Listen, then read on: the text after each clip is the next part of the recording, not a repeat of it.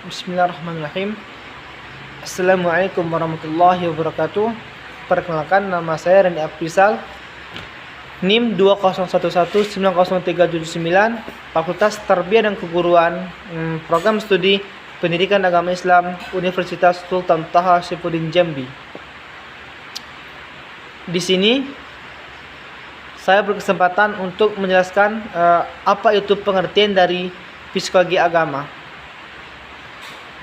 Psikologi agama adalah cabang dari psikologi yang meneliti dan menelaah kehidupan beragama pada seseorang yang mempelajari seberapa besar pengaruh keyakinan agama itu dalam sikap dan tingkah laku serta keadaan hidup pada umumnya. Dengan ungkapan lain, psikologi agama adalah ilmu yang meneliti pengaruh terhadap agama, sikap dan tingkah laku seseorang atau mekanisme yang bekerja dalam diri seseorang. Karena cara seseorang berpikir, bersikap, dan berkreasi yang membuktikan ketidakadaan Tuhan. Karena tidak ada teknik empiris yang membuktikan adanya gejala yang tidak empiris, tetapi sesuatu yang tidak diperbuktikan ketidakadaan Tuhan. Karena tidak ada teknik empiris untuk membuktikan adanya gejala yang tidak empiris, tetapi sesuatu yang tidak dipisahkan dari keyakinannya. Karena keyakinan itu masuk dalam konstruksi kepribadiannya. Di sini juga tertera psikologi agama tidak berhak membuktikan benar tidaknya suatu agama, karena ilmu pengetahuan tidak mempunyai teknik untuk mendemonstrasikan hal-hal yang seperti itu, baik sekarang ataupun di masa depan. Ilmu pengetahuan juga tidak mampu membuktikan ketidakadaan Tuhan, karena pastinya tidak ada teknik empiris untuk membuktikan adanya gejala yang tidak empiris, tetapi sesuatu yang tidak dapat. Pada fase ini, karakter dasar atau kepribadian seseorang terbentuk yang akan bertambah dengan dukungan ilmu pengetahuan yang diperoleh pada fase berikutnya. Sebab kepercayaan seseorang sangat tergantung kepada apa yang dilihat dan apa yang didengar, yang dilakukan pada yang diajarkan oleh orang tua, guru, kakak, teman bermain, apa saja yang membiarkan dan mengunyahkan informasi ke dalam jiwa dan pikirannya. Sebab di usia itu masih belum mampu berpikir secara logis dan mandiri.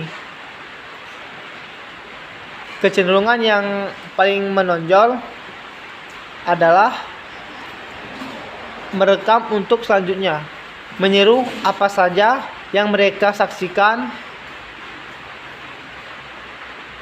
dan apa yang mereka lakukan. Persoalan ini telah banyak menyita perhatian para psikolog dan agamawan. Hanya saja, jangan disadari bahwa Islam dan Al-Quran dan hadis telah banyak memberikan contoh. Contoh dalam hal ini Nabi Muhammad SAW itu contohnya. Di samping sebagai Nabi, kepala negara, panglima perang, juga seseorang pendidik yang sangat besar perhatian terhadap anak-anak. Maka perlu kiranya kita melihat dan menelaah metode yang dilakukan Islam ataupun yang diterapkan Islam, terutama yang tercermin dalam kehidupan Rasulullah SAW. Baiklah, hanya itu yang dapat saya sampaikan. Saya harap para teman-teman dan audiens semuanya mengerti apa yang saya sampaikan. Dan ini juga kita harus buktikan dan kita contoh metode yang dilakukan Nabi Muhammad SAW. Baiklah, saya akhiri dengan wabillahi taufiq wal hidayah. Wassalamualaikum warahmatullahi wabarakatuh. Baiklah, sekarang kita memasuki bagian yang B, yaitu faktor-faktor yang mempengaruhi perkembangan agama pada anak. Masa pendidikan di SD merupakan kesempatan pertama yang sangat baik untuk membina pribadi anak setelah orang tua. Sekolah dasar merupakan dasar pembinaan pribadi dan mental anak. Apabila pembinaan pribadi dan mental anak terlaksana dengan baik, maka si anak-anak memasuki masa remaja dengan mudah dan pembinaan pribadi di masa remaja itu tidak. Nah, adapun pendidikan agama Islam yang perlu diterapkan kepada anak sejak usia dini antara lain yaitu yang pertama, membisikkan kalimat tauhid. Dalam hal ini, sejak anak lahir ke dunia, tidak lain yang dibisikkan atau diperdengarkan setelah keluar dari rahim ibunya kecuali Allah, dengan menggunakan azan di telinga kanan untuk anak laki-laki dan iqamah di telinga kiri untuk anak perempuan. Karena pendidikan agama Islam membersihkan hati dan mensucikan jiwa, agar anak-anak nantinya tetap patuh perintah Allah. Dan yang kedua yaitu mengajari akhlak yang mulia. Dengan mengajari anak akhlak yang mulia atau yang terpuji bukan hanya semata untuk mengetahui saja, melainkan untuk mempengaruhi jiwa sang anak agar supaya kelak dengan akhlak yang terpuji. Dan yang ketiga yaitu mengislamkannya atau mengkhitannya. Kemudian yang keempat, upaya melestarikan kesehatan mental anak melalui pendidikan agama Islam.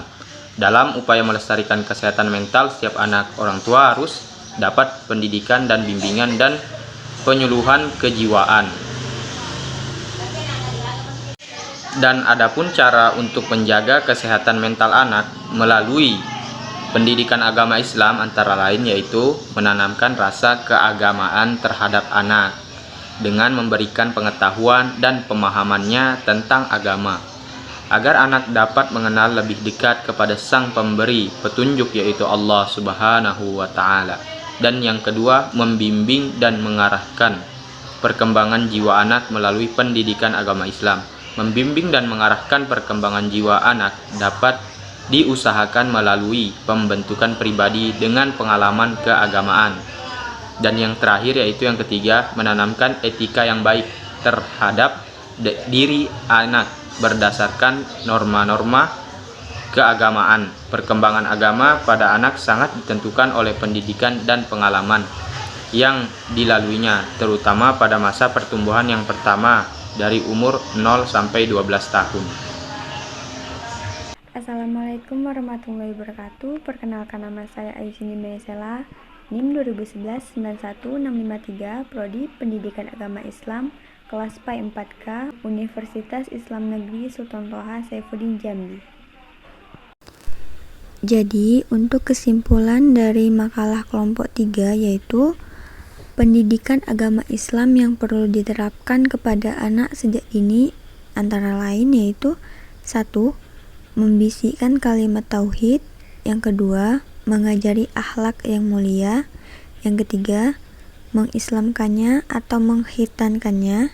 Yang keempat, upaya melestarikan kesehatan mental anak melalui pendidikan agama Islam.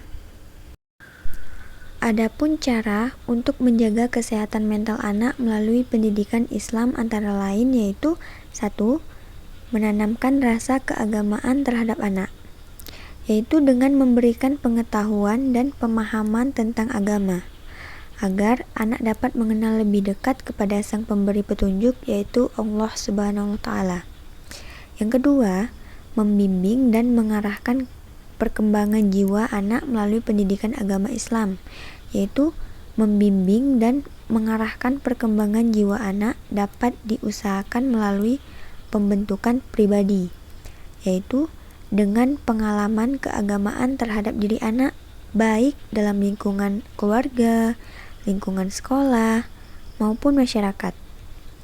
Lingkungan yang banyak membentuk pengajaran bersifat agama yaitu sesuai dengan ajaran agama Islam, yaitu menanamkan etika yang baik terhadap diri anak, berdasarkan norma-norma keagamaan. Nah, jadi perkembangan pada anak sangatlah ditentukan oleh pendidikan dan pengalaman yang dilaluinya. Terutama pada masa pertumbuhan yang pertama, yaitu pada masa anak ini dari umur 0 sampai 12 tahun.